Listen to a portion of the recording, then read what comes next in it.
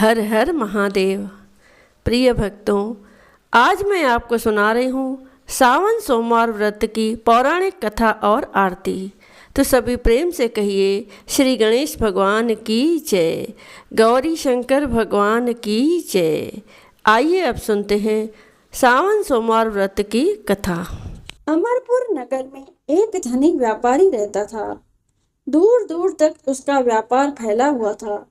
नगर में उस व्यापारी का सभी लोग मान सम्मान करते थे।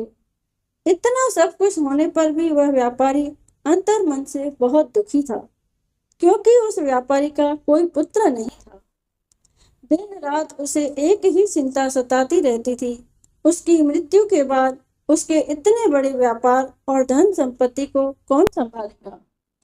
पुत्र पाने की इच्छा से वह व्यापारी प्रति सोमवार भगवान शिव की व्रत पूजा किया करता था। सायंकाल को व्यापारी शिव मंदिर में जाकर भगवान शिव के सामने घी का दीपक जलाया करता था। उस व्यापारी की भक्ति देखकर एक दिन पार्वती ने भगवान शिव से कहा, हे प्राणनाथ, यह व्यापारी आपका सच्चा भक्त है। कितने दिनों से यह सोमवार का व्रत और पूजा कर रहा है। भगवान, आप इस व्यापारी की मनोकामना अवश्य पूर्ण करें। भगवान शिव ने मुस्कुराते हुए कहा, हे पार्वती, इस संसार में सबको उसके कर्म के अनुसार फल की प्राप्ति होती है। प्राणी जैसा कर्म करते हैं उन्हें वैसा ही फल प्राप्त होता है। इसके बावजूद पार्वती जी नहीं मानी।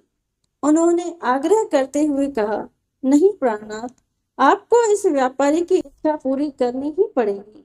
यह आपका अनन्य भक्त है। प्रति सोमवार आपका विधिवत व्रत रखता है और पूजा अर्चना के बाद आपको भोग लगाकर एक समय भोजन ग्रहण करता है। आपको इसे पुत्र प्राप्ति का वरदान देना ही होगा। पार्वती का इतना आग्रह देखकर भगवान शिव ने कहा, तुम्हारे आग्रह पर मैं इस व्यापारी को पुत्र प्राप्ति का वरदान देता हूँ, लेकिन इसका पुत्र 16 वर्ष से अधिक जीवित नहीं रहेगा। उसी रात भगवान शिव ने स्वप्न में उस व्यापारी को दर्शन देकर उसे पुत्र प्राप्ति का वरदान दिया और उसके पुत्र के 16 वर्ष तक जीवित रहने की बात भी बताई। भगवान के वरदान से व्यापारी को खुशी तो हुई, लेकिन पुत्र की अल्पायु की चिंता ने उस खुशी को नष्ट कर दिया।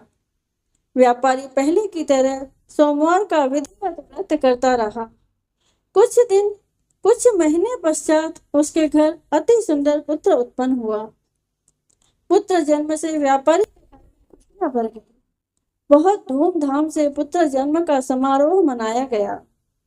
व्यापारी को पुत्र जन्म की अधिक खुशी नहीं हुई, क्योंकि उसे पुत्र की अल्पायु के रहस्य का पता था। यह रहस्य घर में किसी को नहीं मालूम था। विद्वान ब्राह्मणों ने उस पुत्र का नाम अमर रखा। जब अमर 12 वर्षों का हुआ तो शिक्षा के लिए उसे वाराणसी भेजने का निश्चय हुआ। व्यापारी ने अमर के मामा दीपचंद को बुलाया और कहा कि अमर को शिक्षा प्राप्त करने के लिए वाराणसी छोड़ आओ। अमर अपने मामा के साथ शिक्षा प्राप्त करने के लिए चल दिया। रास्ते में जहां भी अमर और दीपचंद रात्रि विश्राम के लिए ठहरते, वहीं यज्ञ करते और ब्राह्मणों को भोजन कराते थे। लंबी यात्रा के बाद अमर और दीपचंद एक नगर में पहुंचे। उस नगर के राजा की कन्या के विवाह की खुशी में पूरे नगर को सजाया गया था। निश्चित समय पर बारात आ गई, लेकिन वर का पिता अपने बेटे के एक आंख से काने होने के कारण बहुत चिंतित था।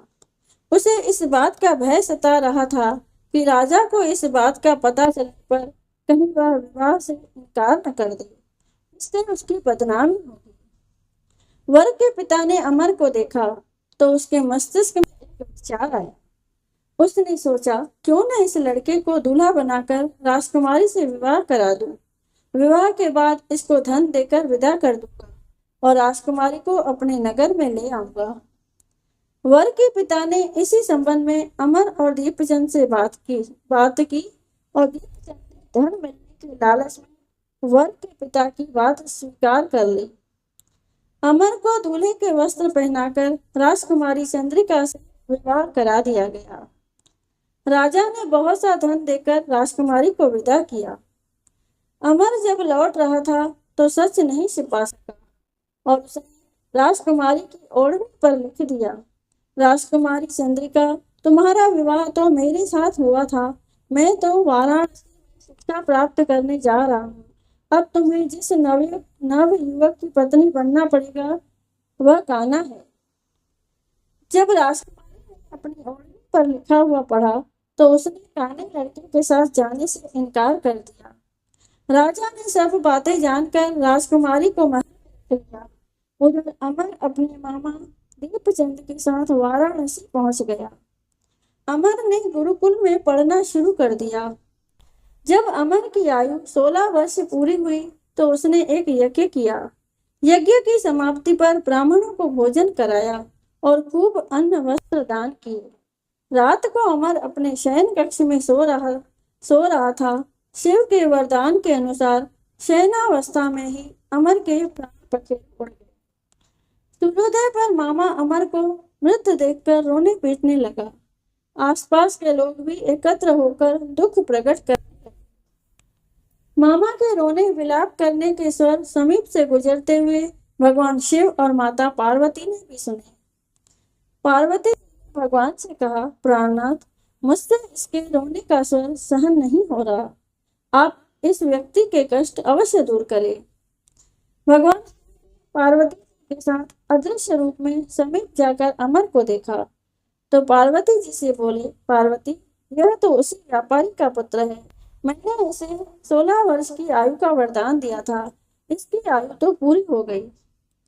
पार्वती जी ने फिर भगवान शिव से निवेदन किया, हे प्राणनाथ, आप इस लड़के को जीवित करें, नहीं तो इसके माता पिता पुत्र की मृत्यु के कारण रो रो कर अपने प्राणों को त्याग कर देंगे। इस लड़के का पिता तो आपका परम भक्त है। वर्षों से सोमवार का व्रत करते हुए आपको भोग लगा रहा है। पार्वती के आग्रह करने पर भगवान शिव ने उस लड़के को जीवित होने का वरदान दिया और कुछ ही पल में वह जीवित होकर उठ बैठा। शिक्षा समाप्त करके अमर मामा के साथ अपने नगर की ओर चल दिया। दोनों चलते हुए उसी नगर में पहुंचे जहां अमर का विवाह हुआ था। उस नगर में भी अमर ने यज्ञ का आयोजन किया। समीप से गुजरते हुए नगर के राजा ने यज्ञ का आयोजन देखा। राजा ने अमर को तुरंत पहचान लिया। यज्ञ समाप्त होने पर राजा अमर और उसके मामा को महल में ले गया और कुछ दिन उन्हें महल में रखकर बहुत सा धन वस्त्र देकर राजकुमारी के साथ विदा कर दिया। रास्ते में सुरक्षा के लिए राजा ने बहुत से सैनिकों को भी साथ भेजा। दीपचंद नगर में पहुंचते ही एक दूत को घर भेजकर अपने आगमन की सूचना भेजी। अपने बेटे अमर के जीवित वापस लौटने की सूचना व्यापारी बहुत प्रसन्न हुआ। व्यापारी ने अपनी पत्नी के साथ स्वयं को एक कमरे में बंद कर रखा था। भूखे प्यासे रहकर व्यापारी और उनकी पत्नी बेटे की प्रतीक्षा कर रहे थे।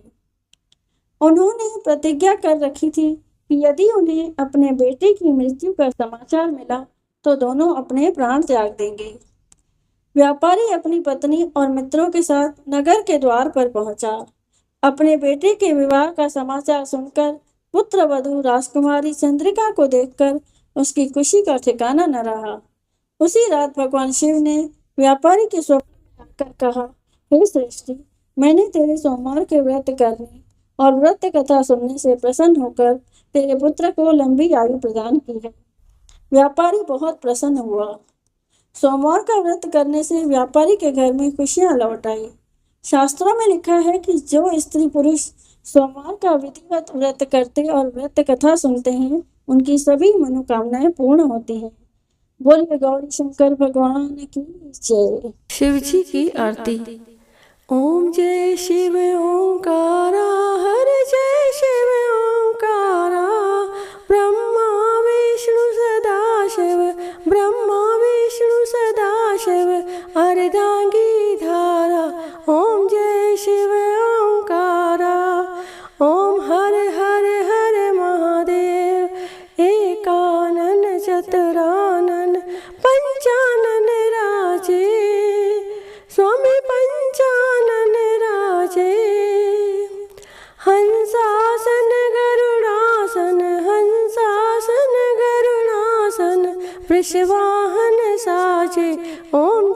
शिव ओंकारा। दोय भुज चार चतुर्भुज, 10 भुज ते सोहे, स्वामी 10 भुज ते सोहे। तीनों रूप निरखता, तीनों रूप निरखता, त्रिभुवन जन मोहे। ओम जय शिव ओंकारा। अक्षमाला बनमाला, मुंड माला धारी, स्वामी मुंड माला धारी। चंदन मृग मद चंदा, चंदन मृग मद चंदा, भोले शुभकारी। ओम जय शिव ओंकारा। श्वेतांबर पीतांबर, बागांबर अंगे, स्वामी बागांबर अंगे। सनकादिक ब्रह्मादिक, सनकादिक ब्रह्मादिक, भूतादिक संगे। ओम जय शिव ओंकारा। कर मध्य चकमंडल, चक्र त्रिशूल धरता, स्वामी चक्र त्रिशूल धरता। जग करता दुख हरता, जग करता दुख हरता, जग पालन करता। ओम जय शिव ओंकारा। ब्रह्मा विष्णु सदा शिव, जानत अविवेका, स्वामी जानत अविवेका। प्रणवाक्षर ओम मध्य, प्रणवाक्षर ओम मध्य, हे तीनों एका। ओम जय शिव ओंकारा। त्रिगुण स्वामी जी की आरती, जो कोई नर गावे, स्वामी जो कोई नर गावे। कहत शिवानंद स्वामी, भरत महामुनि स्वामी। सुख संपत्ति पावे, घर लक्ष्मी आवे, सब दुख मिट जावे। ओम जय शिव ओंकारा। ओम जय शिव ओंकारा।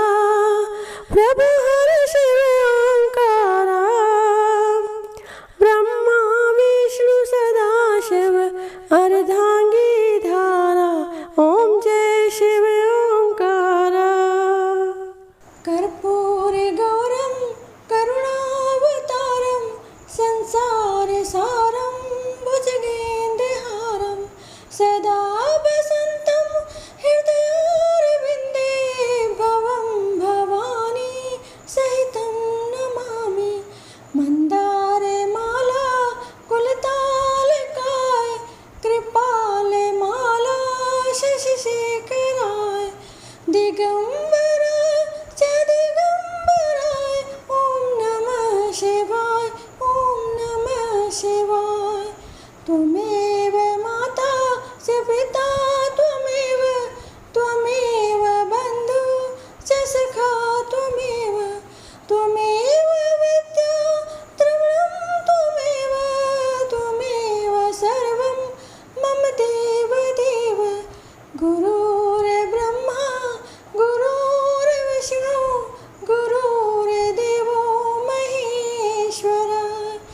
गुरुर्साक्षात् परं ब्रह्म, तस्मै श्री गुरवे नमः।